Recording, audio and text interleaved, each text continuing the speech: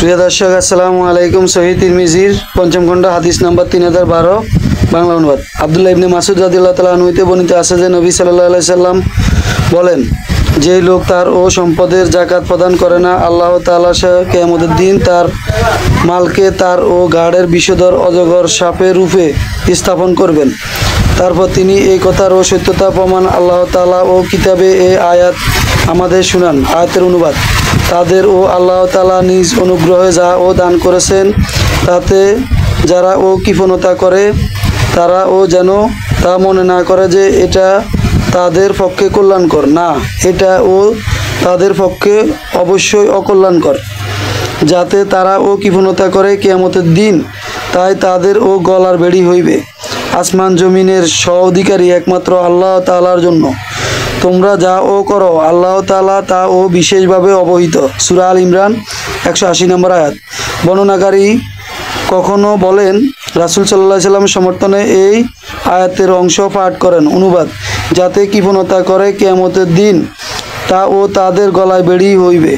তিনি ও আরও বলেন, যে ব্যক্তি মিথ্যা ও শপথের মাধ্যমে তার ও মুসলিম ভাইয়ের মাল আত্মসাৎ করে, সেই আল্লাহ তাআলার সাথে এরূপ অবস্থায় মিলিত হইবে যে আল্লাহ তাআলা তার প্রতি অসন্তুষ্ট হইবেন। এর সত্যতা সমর্থনে রাসূল সাল্লাল্লাহু আলাইহি সাল্লাম আল্লাহ তাআলার কিতাবের আয়াত পাঠ করেন। অনুবাদ: যারা আল্লাহ তাআলার সাথে কৃত প্রতিশ্রুতি এবং নিজেদের শপথ সমূহ তুচ্ছ মূল্যে বিক্রি করে, পরকালে তাদের জন্য কোনো অংশ নেই।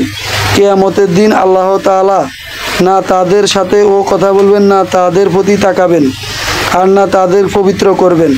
তাদের জন্য রয়েছে উৎপীড়ক শাস্তি। সূরা আল ইমরান 77 নম্বর আয়াত। হাদিসটি সহিহ। মুশকিলাতুল ফাকর কিতাবে 60 এবং তারিকুল রাগিব কিতাবে প্রথম খণ্ড 68 নম্বর রয়েছে। আবু ঈসা হাদিসটিকে হাসান সহিহ বলেছেন। প্রিয় দর্শক, আসসালামু আলাইকুম। সহিহ তিরমিজির পঞ্চম খণ্ড হাদিস নম্বর 3011। আব্দুল্লাহ ইবনে মাসউদ রাদিয়াল্লাহু তাআলা আনহু হতে বর্ণিত নিম্নোক্ত আয়াত বিষয়ে তাকে প্রশ্ন করা হইলে অনুবাদ: যারা আল্লাহ তাআলার পথে নিহত হয়েছে তোমরা তাদেরকে মৃত ও মনে করো না, বরং তারা জীবিত এবং তাদের প্রতিপালকের নিকট হইতে রিজিক প্রাপ্ত। সূরা আল ইমরান 169 নম্বর আয়াত। তিনি বলেন, আমরা অবশ্য এই প্রসঙ্গে প্রশ্ন করেছিলাম। আমাদেরকে অবহিত করা হয় যে জান্নাতের মধ্যে তাদের রূহগুলো সবুজ পাখির আকারে যথা ইচ্ছায় ঘুরে বেড়ায়। আরশের সাথে ও ঝুলানো জড়বাতি সমূহ বেশে আরাম করে। একবার ও তোমার প্রভু তাদের প্রতি উকি দিয়ে প্রশ্ন করলেন, তোমরা আরো কিছু চাও, আমি তাহলে তোমাদেরকে আরো বাড়িয়ে দেব। তারা বলল, হে আমাদের প্রভু, আমরা এর চাইতে আর কি বেশি চাইব? আমরা জান্নাতের মধ্যে সেখানে ইচ্ছে ঘুরে বেড়াচ্ছি। আল্লাহ তাআলা আবারও উকি দিয়ে বললেন, তোমাদের আরো ও কিছু চাওয়া আছে কি? তাহলে আমি ও আরো বাড়িয়ে দিব। তখন তারা ও দেখলো যে কিছু চাওয়া ব্যতীত তাদের রেহাই নেই। তখন তারা বলল, আপনি আমাদের ও দেহে প্রাণ সঞ্চয় করে দিন, যাতে আমরা আবার ও দুনিয়াতে ফিরে যেতে পারি এবং আবার আপনার পথে পুনরায় শহীদ হতে পারি। হাদিসটি সহিহ। ইবনে মাজাতে 2801 এবং সহিহ মুসলিম হাদিসটি রয়েছে। আবু ঈসা হাদিসটিকে হাসান সহিহ বলেছেন।